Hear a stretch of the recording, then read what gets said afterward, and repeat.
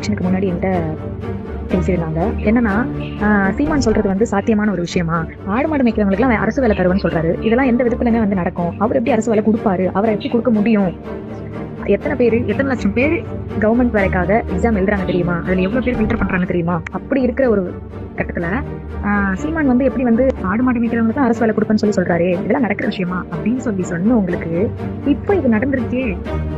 ஆடு மாடு மேய்க்கிறவங்களுக்கு கொடுக்கறேன்னு சொன்னது பைத்தியம். ஜோஷியம் பாக்குறவங்களுக்கு அரசு வேலை கொடுத்துக்கிறது உங்களுக்கு நல்ல விஷயமா தெரியுது. இப்போ உங்களோட கருத்தை ஏன் பதிவிட மாட்டீங்க? இப்போவும் நீங்க வந்து நாங்க ஓட்டு போட்ட ஆள் கரெக்டான ஆள் தான், அவரு அரசு வேலை கொடுத்தா கரெக்ட், ஆனா நீங்க சொன்னா தப்பு அப்படின்னு சொல்றீங்கல்ல, எந்த விதத்துலங்க நியாயம்?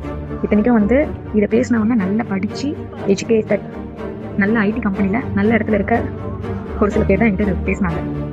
இதை வந்து நீங்க எதிர்க்கலன்னு வச்சுக்கோங்களேன், நீங்க வந்து சினிமா கவர்ச்சிக்காக தான் நீங்க ஓட்டு போட்டீங்க அப்படின்னு ஒத்துக்கோங்க.